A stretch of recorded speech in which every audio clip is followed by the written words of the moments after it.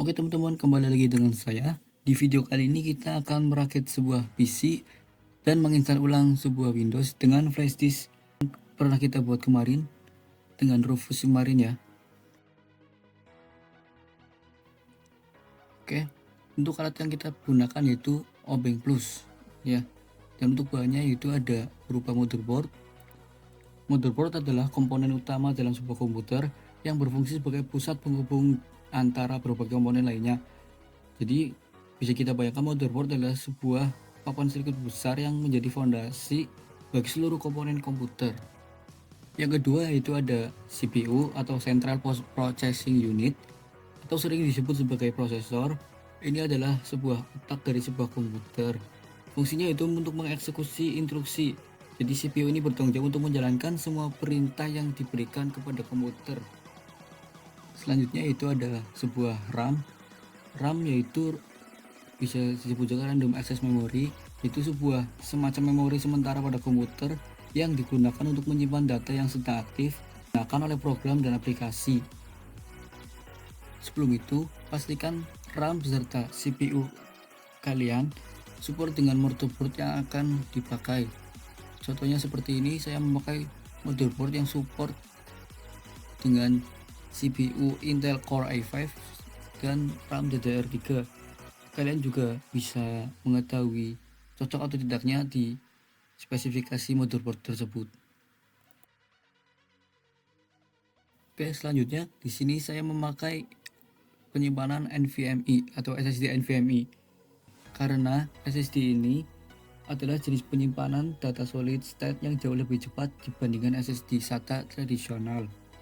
Dan bahan yang kita pakai berikutnya yaitu thermal paste, yaitu material konduktif thermal yang digunakan untuk mengisi ruang kosong antara komponen yang menghasilkan panas, yaitu CPU atau SSD dengan heatsink. Tujuannya adalah meningkatkan transfer panas dari komponen ke heatsink sehingga komponen tersebut dapat didinginkan dengan efektif. Selanjutnya yaitu ada fan heatsink. Fan heatsink ini berfungsi untuk mendinginkan CPU. Biasanya fan heatsink ini didapat satu paket dengan prosesor yang kita beli. Oke, selanjutnya yaitu ada casing. Casing ini berfungsi untuk melindungi komponen-komponen komputer dari debu, air, maupun benturan-benturan agar tidak terjadi kerusakan pada komponen komputer. Dan selanjutnya yaitu ada power supply. Power supply ini adalah komponen penting dalam komputer yang berfungsi sebagai sumber listrik bagi semua komponen di dalamnya. Jadi power supply itu bisa kita katakan sebagai jantungnya komputer. Tanpa itu komponen lain tidak bisa berfungsi. Maka pertama itu siapkan motherboard, kemudian kita ambil prosesor yang kita pakai. Untuk pemasangannya kita bisa perhatikan di sini ada segitiga kuning. Oke, kita buka dulu soketnya. Nah, untuk pemasangannya segitiga kuning di prosesor tadi dipasangkan dengan segitiga yang ada di motherboard seperti ini. Untuk pemasangan tinggal tempel aja. Jika sudah merasa tertempel semua, kita bisa arahkan kuncian, lalu kita kunci seperti ini. Oke.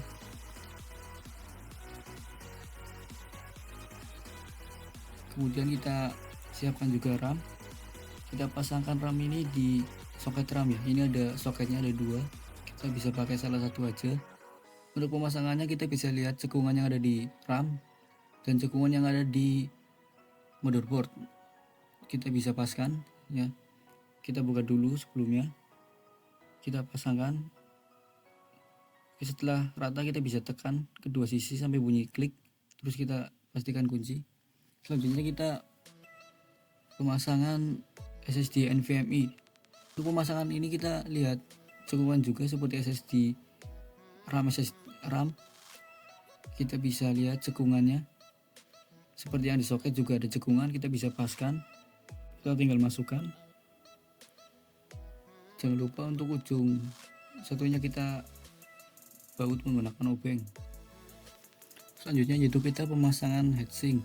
Sebelum pemasangan heatsink, kita perlu memasang atau mengaplikasikan thermal paste ke CPU. Untuk pengaplikasiannya tidak usah terlalu banyak dan tidak usah terlalu sedikit ya, jadi kita pakai seperlunya aja biar gak melebaran juga. Oke, kira-kira segini aja. Setelah seperti ini kita siapkan fan heatsink. Untuk pemasangannya seperti ini ya, kita puter pin locknya ke belakang, itu ada arahnya, kita puter ke belakang, kita puter, nah ya seperti itu semuanya ya. Sebelah sini juga, sebelah sini puter juga ke belakang, dan ini juga puter ke belakang sampai mentok. Oke, setelah dirasa sudah mentok ke belakang, kita pasangkan ke soket, lalu kita tekan secara menyilang seperti ini sampai bunyi klik ya. Oke, setelah terpasang semua seperti ini, kita bisa cek di bagian belakang pinnya seperti ini ya. Pastikan semua pinnya sudah terkunci. Dan selanjutnya kita siapkan sebuah casing. Selanjutnya kita pemasangan power supply ya. Untuk power supply sendiri kita dipasang di bagian atas sini, sudah ada soketnya, kita bisa langsung pasang aja terus kita baut. Oke, setelah terpasang seperti ini, pastikan sudah terpasang semua dengan baik dan kuat. Oke, setelah kita keluarkan, kita ambil plat besi soket USB nya, pemasangan jangan sampai terbalik ya. Oke, seperti ini, kita bisa tahan sebentar, lalu kita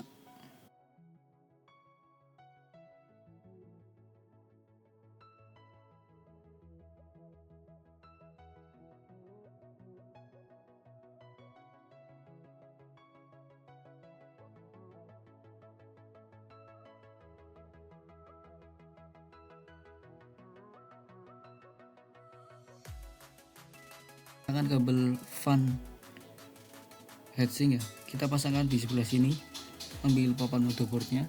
Nah, jika kita lihat lebih dekat, itu ada casing dengan soket bertuliskan, ada tulisannya itu fan soket, dan itu udah ada soketnya teman-teman. Jadi tidak usah takut jika sudah dirasa pas. Selanjutnya kita baut, situ ada pemasangan kabel-kabelnya. Untuk kabel-kabel yang di belakang kita bisa masukkan satu persatu. Oke, selanjutnya itu kita pemasangan, ada LED power ya, kita bisa pasangkan seperti ini. LED power ini yang biasanya ada di casing, kita pasangkan dengan kabel power supply. Oke, selanjutnya kita bisa masukkan semua kabel-kabelnya, masukkan lagi lewat lubang di bawahnya.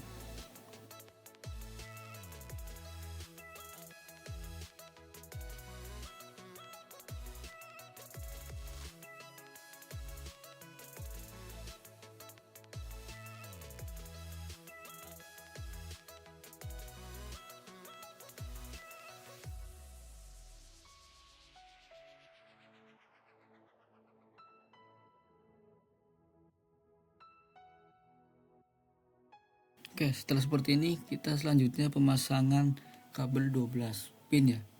Kabel 12 pin ini yang ini nih, yang pinnya banyak, kabelnya biasanya hitam semua ataupun seperti ini warna-warni. Pemasangannya ada di belakang RAM DDR ya. Kita bisa pasang di sini. Untuk lebih dekatnya seperti ini, ada soketnya, kita bisa langsung pasangkan aja. Untuk pemasangannya udah ada soketnya, jadi tidak perlu khawatir untuk terbalik. Kita pastikan juga terpasang dengan kuat. Oke, selanjutnya itu pemasangan kabel USB, kabel casing USB kita pasangkan ke motherboard. Untuk pemasangannya sendiri itu ada soketnya tersendiri ya, jadi tidak sembarang. Kita bisa lihat di sini, kita bisa cari ya, ada tulisannya F USB 6 atau 5 itu ya. Itu ada satu pin yang rapat atau tidak terhubung, jadi pemasangannya tidak perlu khawatir untuk terbalik. Selanjutnya itu ada kabel audio. Nah, sama seperti USB, kita bisa cari itu ada tulisan F audio. Nah, untuk pemasangannya juga sama, ada pin yang kosong di situ sebelah tengah, itu pemasangannya di sini. Selanjutnya ada di bagian kabel power, kita bisa lihat di gambar ya. Untuk pemasangannya seperti ini. Di sini kita pasangkan di samping LED, power LED, reset SW dan power SW. Kabel setelah terpasang seperti ini, ada soketnya kita juga bisa. Jadi tidak lagi untuk merapikan kabel terbalik. Untuk perapiannya kita bisa langsung pasang. Kalian pastikan mau tertancap kuat video saya atau merapikan kabel bebas terserah kalian. Selanjutnya itu ada pemasangan terlihat rapi ya. Pin casing yang kecil-kecil. Untuk perapian kabel saya seperti ini ya.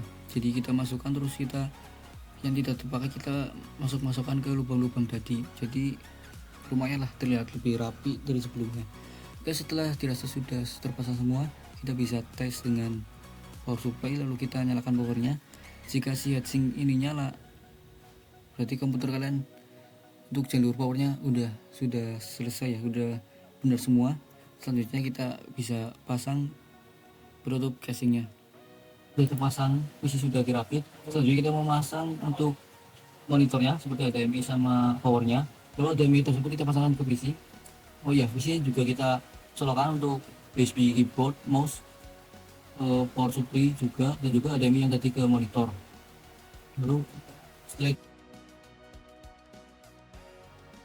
sudah kita nyalakan powernya, lalu pastikan komputer nyala seperti ini ya.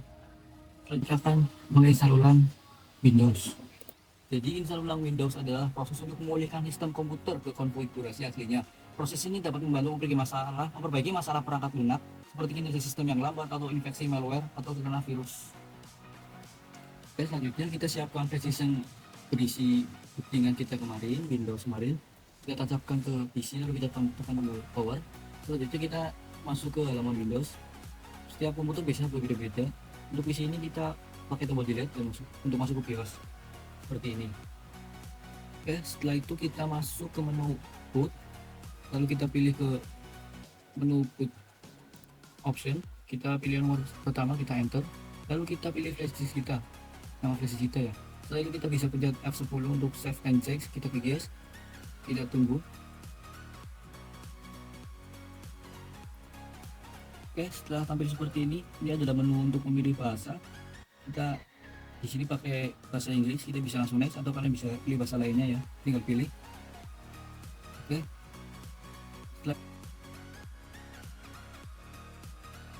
setelah itu ada tampilan seperti ini, aktivasi Windows. Karena kita tidak punya aktivasi, tidak bisa pilih menu, I don't have ya, kita bisa tekan aja, lalu kita muncul ke halaman pemilihan Windows karena kita pakai Windows All-in. Nah, di sini kita bebas pilih ya. Untuk yang saya pakai ini Windows 10 Pro, muncul seperti ini. Kita pilih centang aja, ini kotak ini dicentang, lalu kita pilih next. Untuk yang ini kita pakai yang custom, terus yang ini kita biarkan aja, kita langsung next aja. Atau kalian bisa juga untuk membagi partisinya di sini, karena kita tidak perlu, kita bisa next aja. Oke, kita tunggu proses uploading. Untuk proses ini memakan waktu yang lama ya. Oke, mungkin akan saya percepat videonya. Oke, untuk proses penguploadan biasanya akan muncul seperti ini. Kita bisa pilih salah satu, lalu kita tunggu lagi. Oke, selanjutnya kita akan muncul seperti ini. Kita bisa pilih negara kita, Indonesia, kita langsung next. Oke, untuk tampilan ini kita pilih US, ini yang QWERTY ya, kita next, kita skip. Untuk selanjutnya kita pilih I don't have, lalu di sini kita pilih continue sebelah kiri ya. Oke, selanjutnya ini untuk penamaan PC kita ya, kita bisa ketik nama di sini terserah. Setelah sudah kita kasih nama, kita bisa pilih next. Untuk password kita bisa skip. Untuk privasi setting kita langsung next. Nah, ini juga next. Oke, selanjutnya kita tunggu. Oke, setelah seperti ini berarti proses install Windows kita sudah selesai. Untuk caranya hanya seperti itu, sangat simpel dan mudah. Untuk cara membuat bootingannya ada di video sebelumnya ya. Ini itu saja video dari saya, semoga bermanfaat untuk kalian semua.